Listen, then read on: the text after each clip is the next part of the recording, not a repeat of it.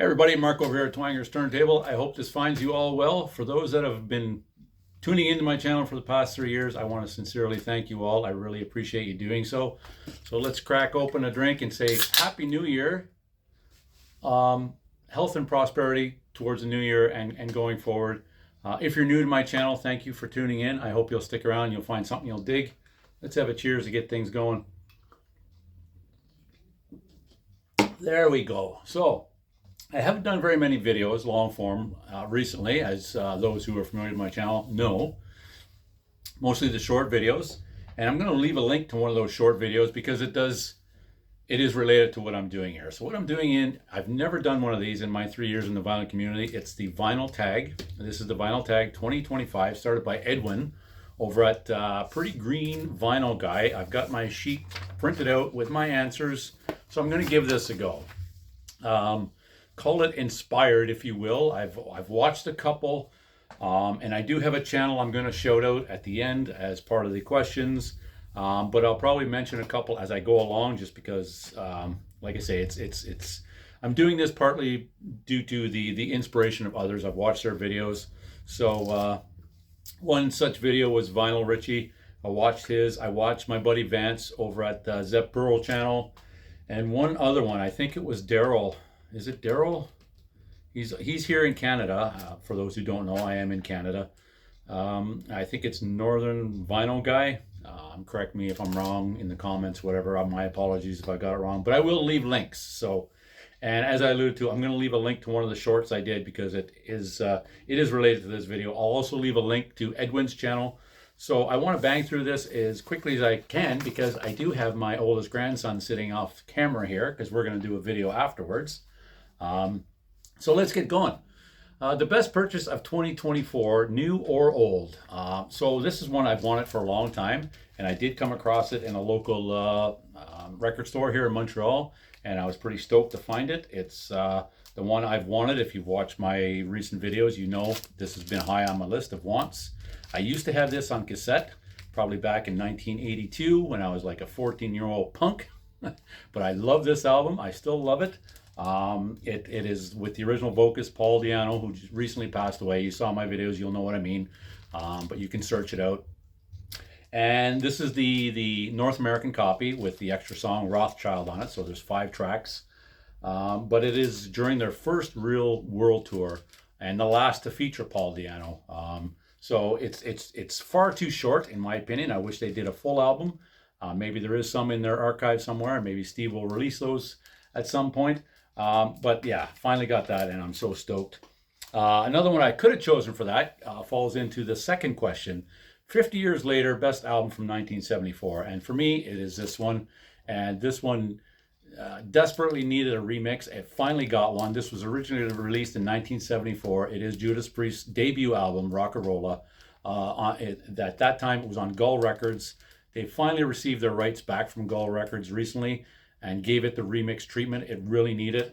Now the drums from Hinch really jump out, and that's usually what captures me is the drums. Obviously, good lyrics, good vocals are important, but I'm a drummer. I mean, that's what gets my heart pumping. That's what moves the meter, and so glad this has been remixed. So 1974's Judas Priest Rock-A-Rolla. An album, question number 3, an album that defines genre. So I went with one that is probably obvious to people that are into heavy metal, thrash, whatever. And it is the debut from Metallica, Kill 'Em All. There are lots one could choose. This is just, obviously this video is going to be very personal to what I consider to be, that's what it's all about. It's a vinyl tag. Vinyl tags are personal to our opinions. And so lots I could have chosen, but this one is really what got me into that movement. I was already into, hard rock metal, but when this came out, in fact, I didn't hear this when it came out. Those who have seen my videos know that.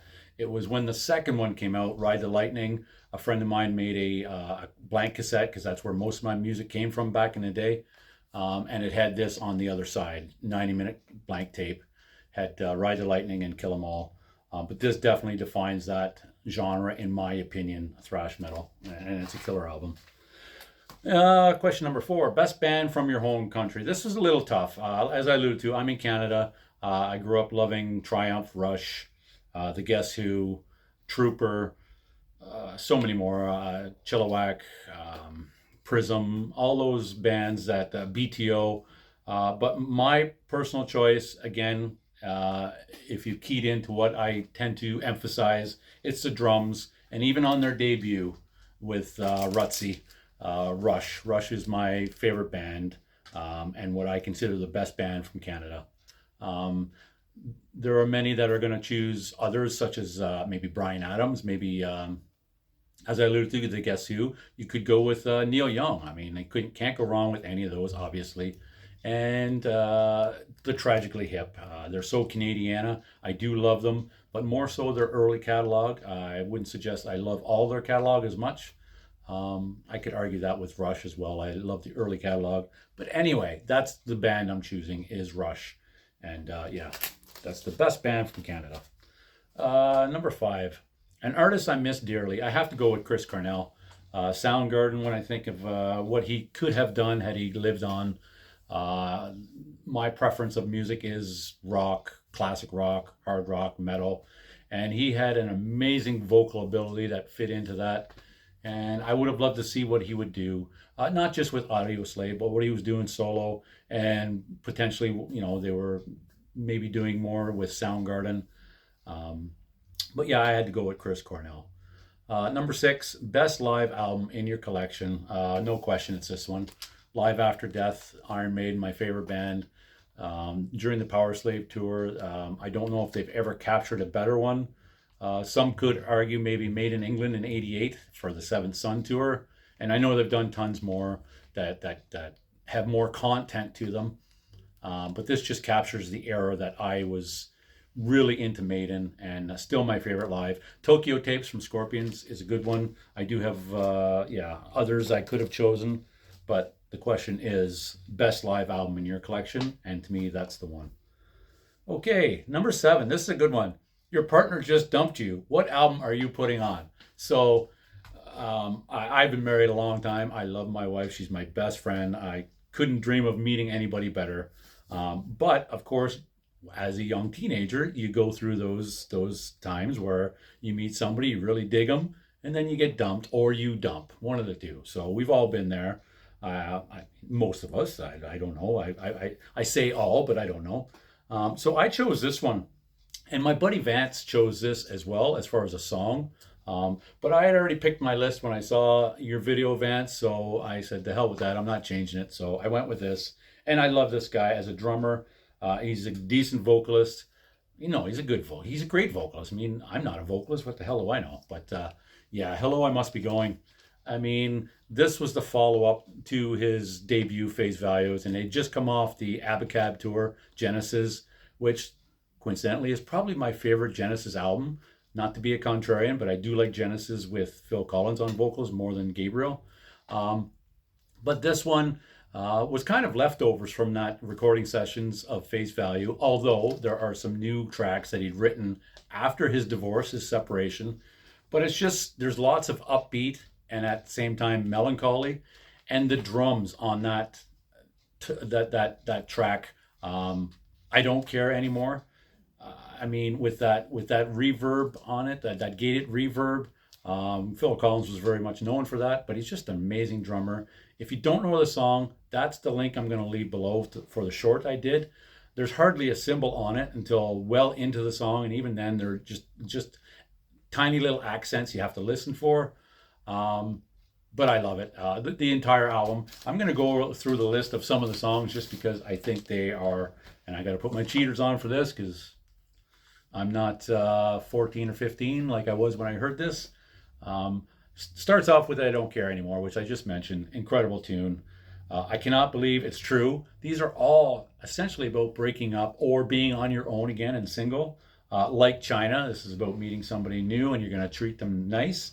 Do you know? Do you care? This is talking about your ex again. You Can't Hurry Love. That's an old, I think, a Supremes cover. I don't know. Don't quote me on that. But it's an old cover. And then you flip it over to It Don't Matter to Me. Through These Walls, a great track. If there's a shortcoming on this album, it's Through These Walls uses the same drum fill as In the Air Tonight. Listen to it if you haven't heard it. It's the identical fill, even the intro, and very, very reminiscent of In the Air Tonight. Then Don't Let 'Em Steal Your Heart Away. That's one of the tracks I think that was left over from Face Value, if I recall. And then The West Side and Why Can't It Wait Till Morning? That's awesome. So if we're splitting up, why can't it wait till morning? Like, let's have one more evening together, and we'll wait till morning before we split. So that's my choice, and specifically, I don't care anymore. Yeah. So next question. I'm feeling a little bit uneasy answering some of these, at least getting into detail about that one, because my grandson is sitting here. But so I'm trying to behave. Oh, behave. Number 8, best sounding drums on an album. Well, I was just speaking of one of my favorites, but I went with something a little off the wall, but I remember this as a kid, basically, probably around my grandson's age. It came out in 1978, so I would have been 10, 11. My older brothers had it, and I've always loved it. And the drums on it are amazing. And it's the debut from the Cars. And yeah, this David Robinson, for those who don't know, came up with a name for the band, also did much of the artwork, was responsible, but a phenomenal drummer. And I hear there's actually a better sounding version of this on, I don't know if it's MoFi or who it is, but I've seen it in the vinyl community. I'd love to hear it. But yeah, I went with that. There's so many you could choose. I just grabbed that one.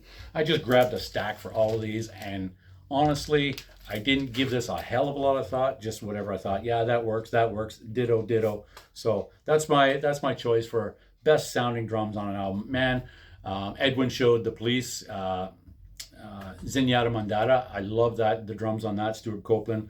The Iron Maiden Killers album with one of my favorites, Clive Burr, Phil Rudd, AC/DC.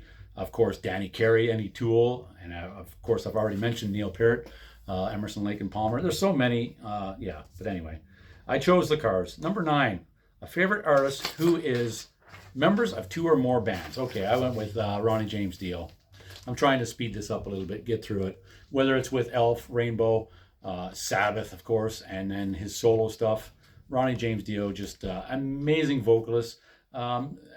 I think he's probably polarizing with the type of lyrics he writes. They're all about the Lord of the Rings style, witches, wizards, magic, all that stuff.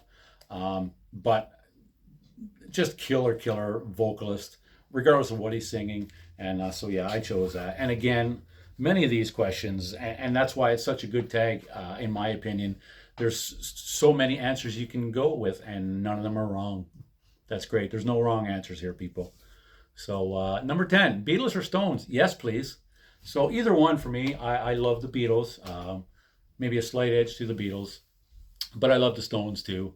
But album and song for song, I would have to go with the Beatles. And speaking of the Beatles, it goes between the White Album and Sgt. Pepper's. So I just grabbed Sgt. Pepper's. And the Stones, I just grabbed the Hot Rocks because it's got many of their most popular tunes on here. But either one, honestly, can't go wrong. I mentioned Vinyl Richie, one of the questions he answered. Anyway, I'm getting ahead of myself. We'll get there. Next one. Okay, Aiden, cover your ears. Number 11. You found a bag of weed. What are you going to listen to? Whatever. I mean, I don't know how to answer that, but this is my favorite Pink Floyd album, and Pink Floyd was who came to mind right away with, Dark Side of the Moon, The Wall, Wish You Were Here, Animals. I mean, come on, really? But metal is probably my favorite. Echoes alone is worth the price of admission here. So yeah, I went with that. My buddy Donnie and I played the hell out of this album when we were teenagers, and we'd mostly spend time at my house hanging out, listening to music, and this was the one that we played most often out of the Pink Floyd catalog anyway. Love it. We'd have the lights on in the background with a strobe light, and a couple of spaced out teenagers, but it was fun, all in good fun. We didn't do anybody any harm. Okay, next up here, 13, an artist whose political stance has soured you. No, sorry, That's 13. 12, let's not forget 12 because it's an important one for me. And an album from the 1980s you still listen to. Well, I just went with Flick of the Switch, AC/DC. It's my favorite Brian Johnson era AC/DC album. The last one to feature Phil Rudd for a while. And yes, for the record, he did appear on this. He left the band after laying down the tracks for this. And then, of course, came back later. But this is my favorite Brian Johnson. Not that I don't like Back in Black. I love For Those About to Rock. And in fact, AC/DC with Bon Scott is my favorite era. But from the 80s, yeah, I could have picked so many. I just went with this one because I wanted to represent another drummer I love. And so Phil Rudd. There's so many.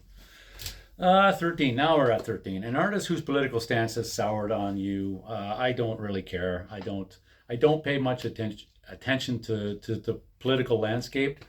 Full disclosure, I don't have cable TV. I don't read the newspaper. I don't listen to news. I don't look up news. In fact, if I know about news, it's usually through conversations of others. Doing my job, I go into people's homes and I hear things. But honestly, it's just I'm bored with it all. It's just the same old. I mean, the news, the political stance. I don't see. I don't know. It doesn't serve much purpose in my well-being. Well, I guess it does, but I mean, I don't care. I don't care anymore. So 14, show favorite record label. Again, I can't really answer that one. Growing up in a house of 7 kids, we didn't have very much resources as far as money to buy records, and growing up in a small place, there wasn't really the wherewithal to find employment unless I was digging potatoes or fishing with my uncles or something. I didn't do either of those. Well, I did dig potatoes, but I never went fishing with my uncles and whatnot. I came out west really youngish. But all the music I had were primarily from my siblings. I did have a couple, but I don't know what the labels were. I mean, I think of Motley Crue with Elektra, things like that. But to pick a favorite, it'd be hard. I'd probably go like EMI or something because of Maiden, Megaforce on their original label was Metallica. Neat Records, I used to love that thumbs up symbol, and they had so many new wave of British heavy metal releases. But yeah, most of my music was on blank cassettes given to me. It was the old peer-to-peer thing. Before the internet, there was no internet. We found our music through friends primarily, or the radio. I didn't even do the whole music video thing very much, so that's my answer for that. I can't really pick a one favorite record label. I'm not that kind of collector. I don't pay attention to labels so much. A run of 3 great singles. I forgot my singles over there. They're basically Robert Plant singles. So bear with me, I'll grab them right back. There.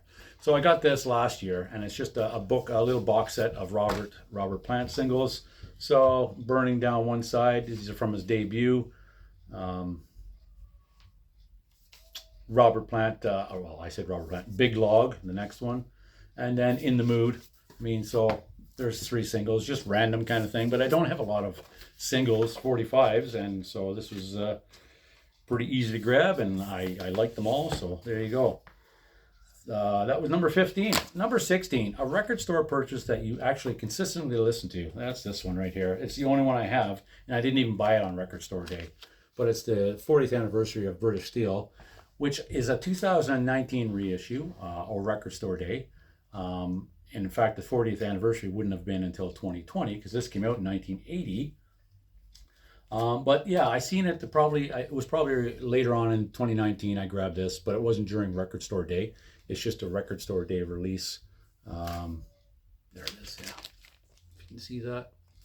And rarely, at least allegedly, I don't have very many picture discs, but I remember hearing through the grapevine or through the VC vine that picture disc didn't really sound all that good. This one sounds friggin' amazing. Like the low end on this, the rhythm section, the bass and the drums, they sound better than my original, and that's on my system, of course, but that's all I have to gauge it by.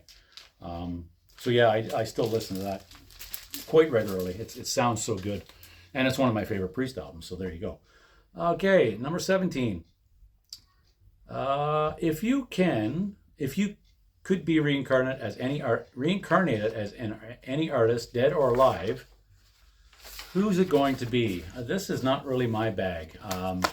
I'm not all about the fame or fortune, so I wouldn't want the attention. I wouldn't want to be recognized as a famous drummer like Ringo Starr or Danny Carey or John Bonham. But those are the people that come to mind. Maybe somebody that's in music but not in the spotlight, like Martin Birch as a producer or something. That might be my bag more so than the actual. I love playing drums, but I don't want to perform for people. I don't want to be a figure that people recognize. I want my anonymity. I'm fairly solitary, and I enjoy that. So that's probably difficult for me to answer. I would take the fortune, but I don't want the fame. So I don't want the fame or fortune. I'll just take the fortune. So not my bag. Next up, best 3 lines in a song. This is something that most people might think is out of my wheelhouse, but again, with older siblings, I've always loved this one. And this particular, the title track off of John Prine's Bruised Orange, really is a lyric, as far as lyric goes, that I just love the lyric to this. The 3 lines are, and Aiden knows one of these songs quite well, but it's not this song. He knows the Fish and Whistle. No, not Fish and Whistle. What the hell was it? Aiden, do you remember it? What? That's The Way the World Goes Round. You're up one day, the next you're down. But it's not that one. So the song is Bruised Orange, Chain of Sorrow. For a heart stained in anger grows weak and grows bitter. You become your own prisoner as you watch yourself sit there, wrapped up in a trap of your very own chain of sorrow. And that just speaks to me because, I don't think anything is worth getting too upset about. So I try and keep a pretty even keel. And if I get upset about things, I try and deal with them in the moment as opposed to letting them build up. Because it's true, you just, you grow weak and you grow bitter, and you just sit there in your anger. And yeah, it's just a miserable way to exist. Anyway, that's enough of that. But that's the first 3 lines that came to mind for me. Number 19, an album you never tire of. Any one of these. I had another record here and I don't know what I did with it. Pause again. Sorry. Okay. These. So no, I can't pick one. Anybody who watches my channel knows that I don't rank. I can't pick favorites. But either one of these, I never get tired of either of these. This is probably my favorite one because it's my introduction to Metallica. But of course, this is like this is almost synonymous with thrash metal. I mean, heavy metal. Everybody that's into metal probably owns this album. Arguably this one too, but yeah, I don't get tired of either one of those. The first time I did this video, yeah, this is a reshoot. The first one didn't work so good. The first time I did this video, I picked a Canadian artist, but I just grabbed those because they're close by. So that's how random this is. I think there was something else here. Yeah, number 20. Share your favorite VC channel. I can't do that. That's impossible. There are so many. In fact, when I'm not doing videos and I'm watching some videos to wind down in the evening or something, I watch the Drumeo videos. That's not really Vinyl Community. It's all drums. Andrew Rooney drums.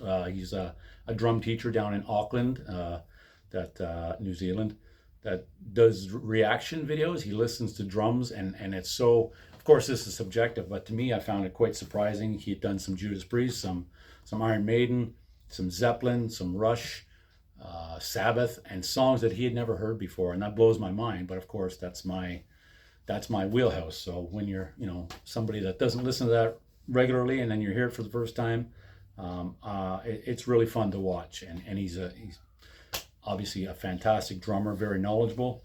But as far as Vinyl Community, I was just watching last night, and I'm not going to do a favorite. I can't choose a favorite. There's so many.